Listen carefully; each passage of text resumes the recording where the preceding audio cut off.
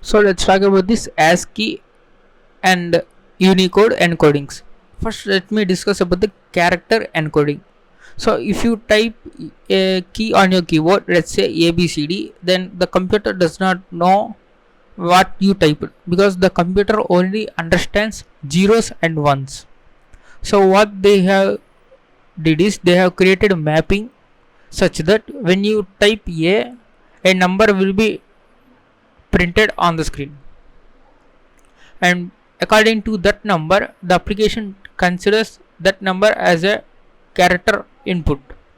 So okay, if that seems confusing, okay, let me show you. So these are the ASCII encodings or ASCII mappings. You can see the decimal here from 0 to 127. So ASCII is a 7-bit encoding. You can see the character. So if the decimal 0 means null. In the same way, let's go about these alphabets first, then you can easily understand everyone. So you can see decimal 65. If you see the decimal 65, it means character A. If you see decimal 66, it's B. So we will send this decimal in the binary, and the computer on seeing this, we will tell that the 66 is capital B. So when you type A, the application into the application, then the computer sends this 66 in binary, and then we consider this 66 as capital B and 65 as capital A. So that's how you just map some number to the alphabet, and you will send that number to the receiver side, and on the receiver side they will think that 65 is capital A. In the same way, up to this, there are also small lowercase alphabets. 97 means A, 98 means B, and so on. So in this way you can just represent 128 characters, 127 characters with this 7-bit value.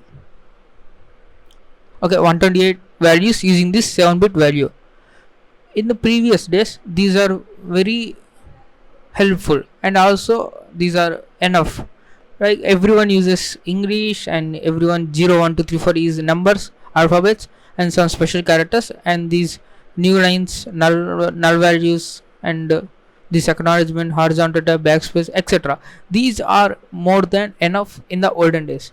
But whenever there is web came, web developed websites have been starting, they have faced this whole ASCII as an issue, because everyone want to include their language in the applications.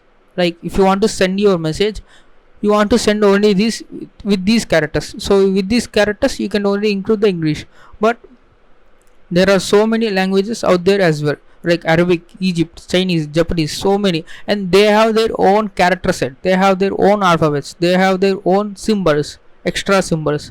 So how to include this? And after this ASCII, they have this extended ASCII codes for only main values, main symbols. This is called ANSI. So ANSI did not came out like officially, but they have just extended this 127 to 255. They have added another 128 special characters. So even though these mathematical symbols or any other symbols did not come helpful, because everyone wants their own language, right? Japanese want their own Japanese, because even though if you did not include, it will become very problem. The Chinese people want to send a letter to the Chinese, send a message, then it should be in Chinese, right? They can't convert English to Chinese, or everyone does not know English. That's why this Unicode came into play. What they did is, Unicode, they have already added these ASCII first 128 or 256 bits into their first 256 characters, and then they have added the other languages as well. So UTF comprises character encoding that can be compact as ASCII. So it is included ASCII, but this Unicode includes the 1 to 4 byte encodings. So if the character size is, suppose say A, its decimal value is 65. So in binary it requires maximum 7 bits. That's why Unicode will encode this A in 1 byte, and if the binary digits or length increases, then Unicode adds the another byte.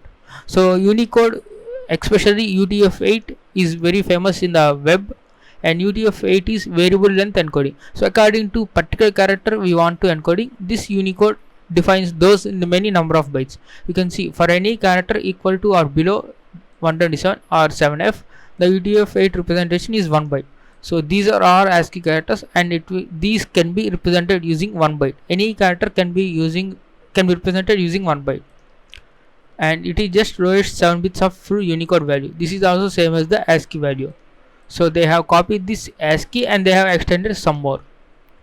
For the characters equal to or below 2047 hex 07ff, the UTF representation is 2 bytes, and equal to greater than 2048, and then it is 3 bytes, and furthermore it is 4 bytes, as you can see. But there is some starting magic number, or like there are starting bits which are reserved to identify that these bytes are Unicode format, because if you can see, if you say all ones, then it can take this 127 as an ASCII character, so that will be wrong, right?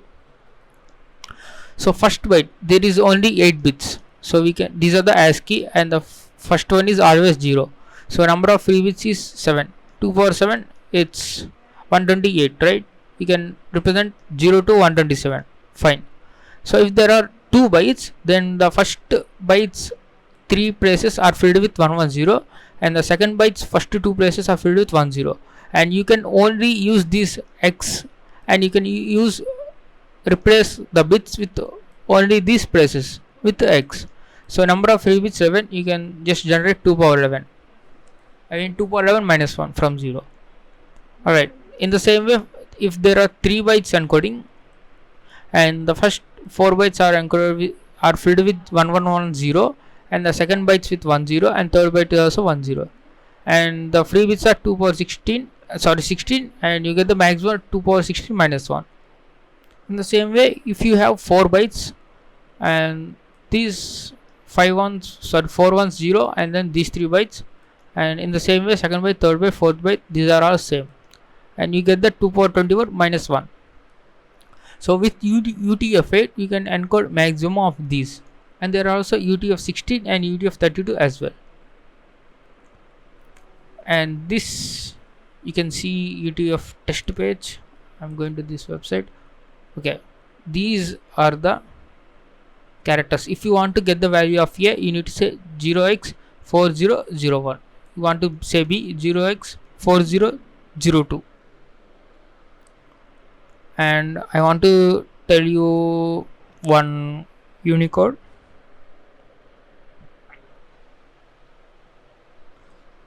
Okay, let's open Telugu. That's my mother tongue. Okay, these are some symbols, and if you want to get the value of this one, you need to say C005. If you want to say value of this one, E, and if you want to specify 0xC008. So if you can also right click and open in new tab, you can see 0C05.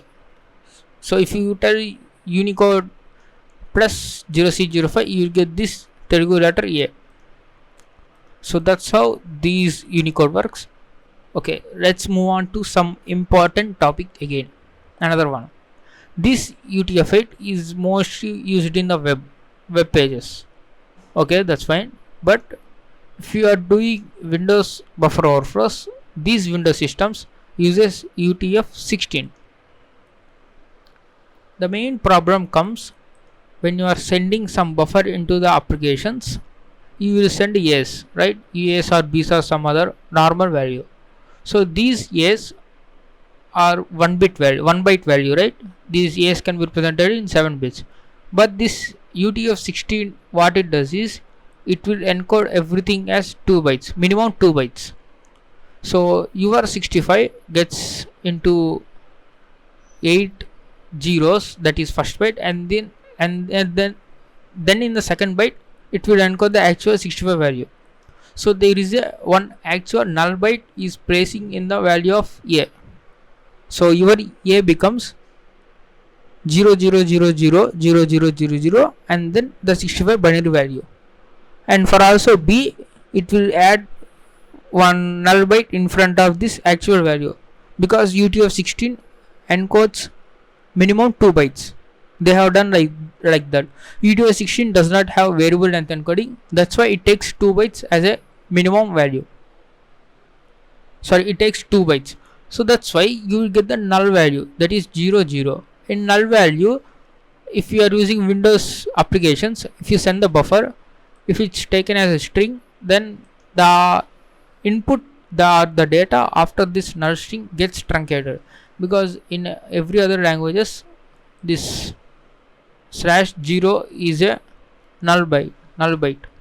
You need to remember this one. If you are from C programming, you can just easily understand this. This null byte can identify as a string terminator.